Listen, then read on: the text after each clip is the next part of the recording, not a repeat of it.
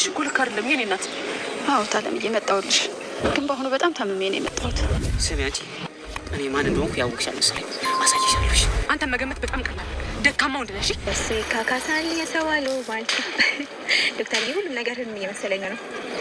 ግን ዶክተር እንደዛ እየወደድኩና እየፈለግኩ ከወደድከኝ ለምንድን ነው ዝም ያልከው? እንደዚህ እርግጠኛ ስሆን ከሰውታይ አመሰግናለሁ ዶክተር። አባድቅድቂ ጋር ለመድረስ ትንሽ እርምጃዎች ብቻ ነው የቀሩን። እሺ በል እሺ፣ አረማመድን አስተካክልና ፈጠን ብለው ወሰደኝ። አንቺ ደፋ ጥበብ ያልተፈታ ህመምሽን እኔ የሆነ ፈታልሽ እችላለሁ። ሰላም ጤና ይስጥልኝ ውድ አድማጭ ተመልካቾቼ በመላው ዓለም ያላችሁ፣ በቅድሚያ ለዚህ ቻናል አዲስ ከሆናችሁ ሰብስክራይብ፣ ቪዲዮ ላይክ፣ ሼር ያደርጋችሁ የተሳኩ ነው። ዛሬም በተወዳጁና አዳዲስ አስገራሚ ትዕይንቶች በሰራተኛዋ አደይ ድራማ ይዘን መጥተናል። እናንተም ቪዲዮን እስከ መጨረሻው ተከታተሉት። ላይክ፣ ሰብስክራይብ፣ ሼር ማድረግም አትርሱ። ዛሬ ላይ የዴብ እናት እንግዲህ ታማ እንደመጣችና ለሕክምና ሊወስዳት እየጠየቃት ነበረ። እሷ ግን አልታመምኩም፣ ተውኝ ባካችሁ፣ እረፍት ፈልጌ ነው የመጣሁት በማለት ሁሉንም መልሷን ይሄን አስቀምጣለች። በነገሩ ሁሉ ግራ ተጋብተው እንድታርፈን ፈቅደውላታል።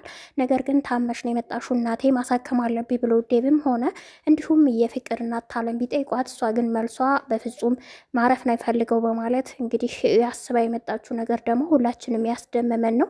እንግዲህ አድማጭ ተመልካች ኮሜንታተሮቹንም ትንሽ አስቆጥቷል። ያው እንግዲህ ዴብ እናት ይታወቃል፣ ጸባይዋ ትንሽ ከባድ ነው፣ የሰው ንቀት አለባት፣ ሁሉን አውቃለሁ፣ ባለሀብት ባለጸጋ ነኝ ባይነሽ ማለት ነው። እንግዲህ በሌላ በኩል የተመለከትነው የዶክተርና ሩታዬ ጉዳይ ነው። ሁላችንም ያስደስተን ነገር የሁለታቸው አብሮ መጣመርና ፍቅሯን ተቀብሏት ደስ የሚል ጊዜ እያሳለፉ መመልከታችን ሁሉንም ተመልካችና ኮሜንታተሮች አስደስተዋል።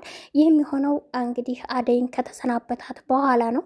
እንግዲህ አደይ በተሰናበታት ሰዓት ይቅርታም ሲጠይቃት በምን ጉዳይ እንደሆነ ግራ ተጋብታ ነገሩን ለማጣራት ብትሞክርም ዶክተር ግልጽ አላረገላትም።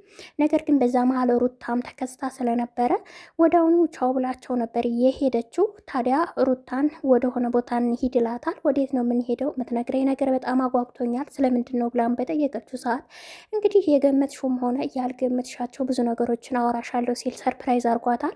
እንግዲህ እሷም በነገሩ በጣም ጓጉታ ምንድን ነው በማለት ወደ አንድ ጸጥ ወዳለ ቦታ ደስ የሚል ለጥንዶች አመች የሆነ ቦታ ላይ መርጦ ይወስዳታል። ታዲያ ነገሩን ለመስማት ጓጉቻለሁ ምንድን ነው ብላም በጠየቀችው ሰዓት ፍቅሩን እንግዲህ የምትወደውን ገልጽላታል። እሱም እንደሚወዳት ዛሬ ላይ ሲነግራት ልብህን አገኘሁት በማለት እንግዲህ ከላው ላይ ነበር ሂዳ የተጠመጠመችበት። እሱም ቢሆን እንግዲህ እሷን አቅፎ ሲያሽከረክራትም ደስ የሚል የጥንድ አይነት አክት ሲያደርጉም ተመልክተን ነበረ።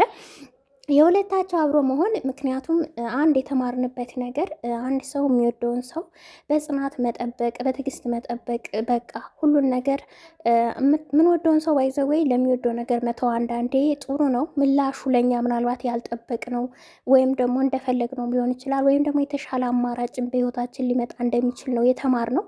ሩታ ዶክተርን ተወደዋለች። አሁን ግን በቃ መውደዷን እምቅ አድርጋ ችላ ይዛ እሱን ፍለጋ እንደማት ሄድ ጀስት ከጓደኛው ከሄኒ ጋር ለማውራት እንደምትሄድም እየነገረችው ስለነበር ይህ ነገር ከሁለት አንዳቸውንም ሳላገኝ ልቀር ነው። ስለዚህ ሩታ በይኑንታ ሳይሆን ወድጃት ልቤን አሳምኜ ወደ እሷ መቅረብ አለብኝ ብሎ ካሰበ በኋላ ከብዙ ጊዜ በኋላ አደይን ቻው በማለት ነው እንግዲህ የእሷን ፍቅር ተቀብሎ ንጹሕ ልቡ ሊሰጣት እሷም ቢሆን በትዕግስት ጠብቃ ትዕግስቴ ፍሬ አፈራ ስትልም በደስታ ስትገልጽለት እሱም ቢሆን ከዚህ በኋላ አብሬሽ እሆናለሁ፣ በፍጹም ትችሽ አልሄድም መቼም እስካሁንም የተወዛገብኩት ታዲያ ያው እንግዲህ ነገሮቹን እርግጠኛ እስከመሆንና አንቺን ደግሞ ማሳዘንም ሆነ የዋህም ስለሆንሽ መጉዳት ስለማልፈልግ ነው ሁሉን ነገር በአንዴው እሺ ብዬ መቀበል ያልፈለግኩት ብሎም ገልጾላታል እንጂ ስለ አደይ ጉዳይ ምንም አብራርቶ የነገራት የለም ማለት ነው።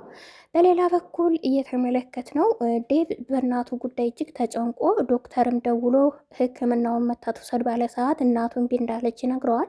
ወደ ቤት መጥቶ ሊያክማት እንደሚችልም ነግሮት ነበረ። ታዲያ ዛሬ ሁለታቸው ሲያወሩ ዶክተር ሄኒ ጥሩ ሰው ነው በማለት ያነሱና አደይና ዴቭ ነገር ግን የዴቭ ጥያቄ እናቴን ብቻ ለማከም ብቻ ሳይሆን የሚመጣው ሮማንንም ለማግኘትና ለማየት ሲል ነው ሲል ይነግራል። እንግዲህ እሱም ሆነ እሱ ዋናው እሱ ጥሩ ሰው መሆኑ ነው። ነገር ግን ሁለታቸውም ሊዋደዱ ይችል ይሆናል፣ ይወዳታል፣ ለዛ ነው ስትል አደይ መልስ ሰጥተዋለች። እንግዲህ ዶክተር ሄኒም አጋጣሚውን ተጠቅሞ ወደ ቤት መሄዱን አስደስቶታል። እንደውም አያት አለው ሮሚን ሲልም እንግዲህ ተመልክተነው ነበረ ማለት ነው። ምክንያቱም ከእሷ ጋር ሆኖ ጊዜ ማሳለፍ እሷን ማየት ስለሚወዳት ከልቡ ይፈልጋልና በሰበብ አስባቡ ወደዛ ቤት መሄዱን አሁን ላይ ፈልጎታል ማለት ነው። በሌላ በኩል ጥበቃ የእቃው መለኛው እጅግ በጣም እጣቱን ቀስሯል እዛ ቤት ውስጥ። አሁን ላይ ስለሚሰራው ስራ ሳይሆን እንደውም እየሰለቸው ይመስላል እዛ ጥበቃ ላይ ቁጭ ማለቱ። አሁን ላይ ግን በምን መልኩ ነው ከቤት ውስጥ ያሉት እቃዎችን ሰርቄ የማወጣው የሚል ሀሳቦችን በጣም ብቻውን ቁጭ ብሎ ሲያብሰለስልና ሲያስብ ተመልክተነዋል። እንደውም የቤቱን እቃ ቴሌቪዥኑ ሶፋው እያለ መቁጠር ሁሉ ጀምሯል። በምን መልኩ ግን ከእጁ እንደሚያስገባና ከዛ ቤት የሚያስወጣበትን መንገድ እያሰበ ነው። እንግዲህ ፍቅር እናቷን ታይ በኋላ እናያለን ውጤቱን፣ ይህ ሰው ሌባ ነው ብለው እንግዲህ ሮማንን ብትሆን ተቃውሞ ብታቀርብም እናትየዋ ግን ያው የኢትዮጵያዊ እናቶች ሩሩ ናቸው። ሰው ራበን ጠማን ካሉ ለመርዳት እንጂ ወደኋላ አይሉም። እሱን ለማገዝ ብላ ነበር ያደረገችው። ነገር ግን ቤት ውስጥ እንግዲህ ትልቅ ድግስ ደግሶ በግቢ ውስጥ እያብሰለሰለ ተንኮሉን ተቀምጧል ማለት ነው።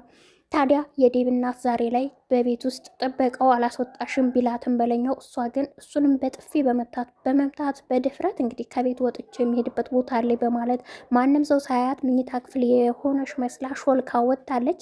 እንግዲህ የተደዋወለችው ደግሞ አንድ አዋቂ ወይም ደግሞ በተለምዶ ጠንቋይ ብለን የምንጠራው ሰው ጋር እንግዲህ ሐኪሞቹ ዶክተሮቹ ለእኔ ጤና መላም አልሰጡኝም እርስዎ ይሻሉኛል ስትልም በስልክ አውርታቸው እንግዲህ አድራሻ ሲሰጧት ሾልካ ወጥታለች። ከሆነ ወጣት ጋር ይላክላታል ከአዋቂው ቤት።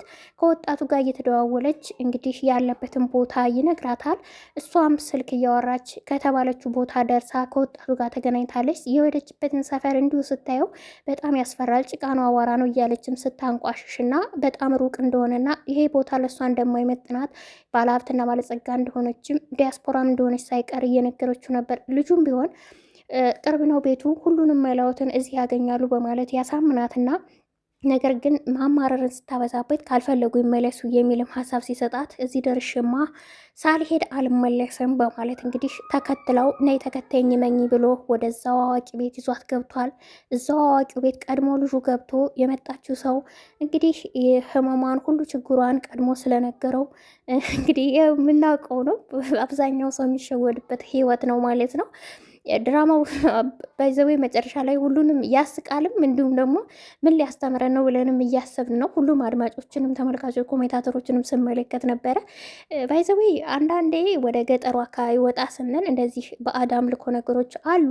ግን ከዚህ ነገር ምንድን ነው ልንማር የምንችለው? የዴብ እናት ምናልባት ልትሆን የምችለው ገንዘቧን ማባከን ብቻ ነው እዛ ቤት ውስጥ ልታገኝ የምችለው እንጂ ጤናዋንም ሆነ እንዲሁም ደግሞ በአደይና በዴብ መካከል የሚሆነ ተንኮል አስባ ምን ሄደችው ሁለታቸው እንዲለያዩ።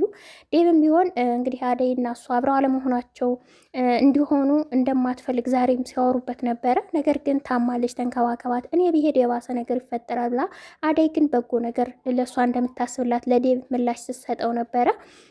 ይሄን እየተባባሉ ተመልክተናቸው ነበር። ታዲያ የዴብ እናት ከአዋቂው ቤት ከሄደች በኋላ እንግዲህ ቡና ከዳሚ ቁጭ ብላ ጫት የሚቅሙ ብቻ በጣም የሚያስፈራ ባዕድ አምልኮ ቤት ውስጥ ነው የገባችው። ይህን እየተባባሉ እንግዲህ ይህን መሬት ታውቂዋለሽ ወይ የሚሉ አንዳንድ የአዋቂው ግጥሞች እየተገጠሙላት ጭራሽ እንግዲህ ለባዕድ አምልኮ ወጣቱ እንድትሰግድና ያው አዋቂ የተባለው በመጋረጃ ተጋርዶ ፊቱም አይታይም ብቻ የሚባሉት ቃላቶችን እየለፈለፉ ስትሰግድለትም ተመልክተናል። በስተመጨረሻ ሊሆን የሚችለው የዴብ እናት ገንዘቧን እንዲሁ ያላገባብ እንደምታወጣና በዛ ቤት ውስጥ እንደምትበላ ነው እየተመለከት ነው። እውነታው ከታወቀባት መልሷ ምን ሊሆን ይችላል? አድማጭ ተመልካች ሀሳብ አስተያየታችሁን በኮሜንት ግለጹ። ላይክ፣ ሰብስክራይብ፣ ሼር ደግሞ አትርሱ። ሌላው ደግሞ የሩታና የዶክተር ጉዳይ እንግዲህ ፍቅራቸውን እየተገላለጹ ደስ የሚል ጊዜ እያሳለፉ መኪና እያሽከረከሩ ፊት ለፊታቸው የሆነ አደጋ ተከስቶ በድንጋጤ ተመልክተናቸዋል። ምንድን ነው ሰው ገጩ ወይስ ደግሞ ምን ተፈጥሮ ይሆን? ግምት አስተያየታችሁን ኮሜንት ጻፉ። ላይክ፣ ሰብስክራይብ አትርሱ። እወዳችኋለሁ። ሰላም ሁኑልኝ።